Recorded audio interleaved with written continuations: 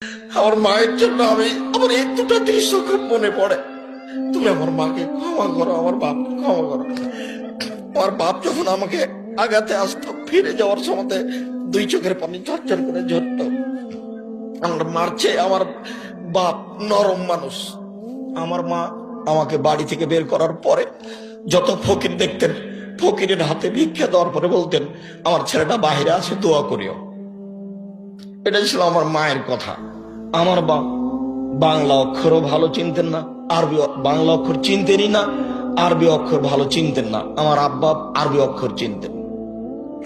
শুধু ফকির মিসকিনকে ভিক্ষা দেওয়ার সময় দোয়া করার জন্য বলতেন। আমি বলেছি, আমার মা যখন আমাকে পাঠায় পশ্চিমে, খালি বলতে যে পশ্চিম গেলে, উত্তরপ্রদেশ গেলে বড় আলেম হওয়া যায়। পশ্চিম উত্তর মানে উত্তরপ্রদেশ মানে মৌলানা ইউসুফ মাদানি, উর্দু ভাষায় যিনি বক্তব্য দিলেন, ইনি হচ্ছেন জামিয়া সালাফে বানারস, উত্তরপ্রদেশ। এই এলাকাতে গেলে, পড়তে গেলে নাকি বড় মৌলানা হওয়া যায়। এটা আমার মা বলতেন, যে লাঠি পাগড়ি পাওয়া যায়। আমার মা আমাকে প্রথম দিন সাথে করে নিয়ে গেছিলেন পড়তে পাঠানোর জন্য। আমার মা চলে যাওয়ার পরে আমার ওই দৃশ্যটা খুব মনে পড়ে। যেদিন আমি দেশ ছেড়ে ইন্ডিয়া চলে যাই, সেদিন আমি সকালে বলেছিলাম, মা আমি ইন্ডিয়া চলে গেলাম।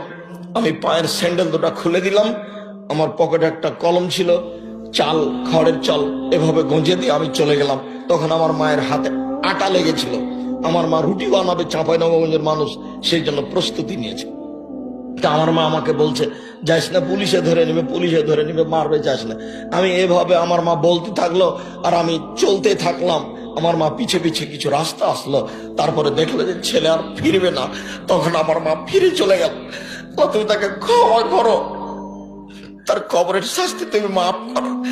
আমার মায়ের জন্য আমার এই দুটা দৃশ্য খুব মনে পড়ে। তুমি আমার মাকে ক্ষমা করো, আমার বাপকে ক্ষমা করো।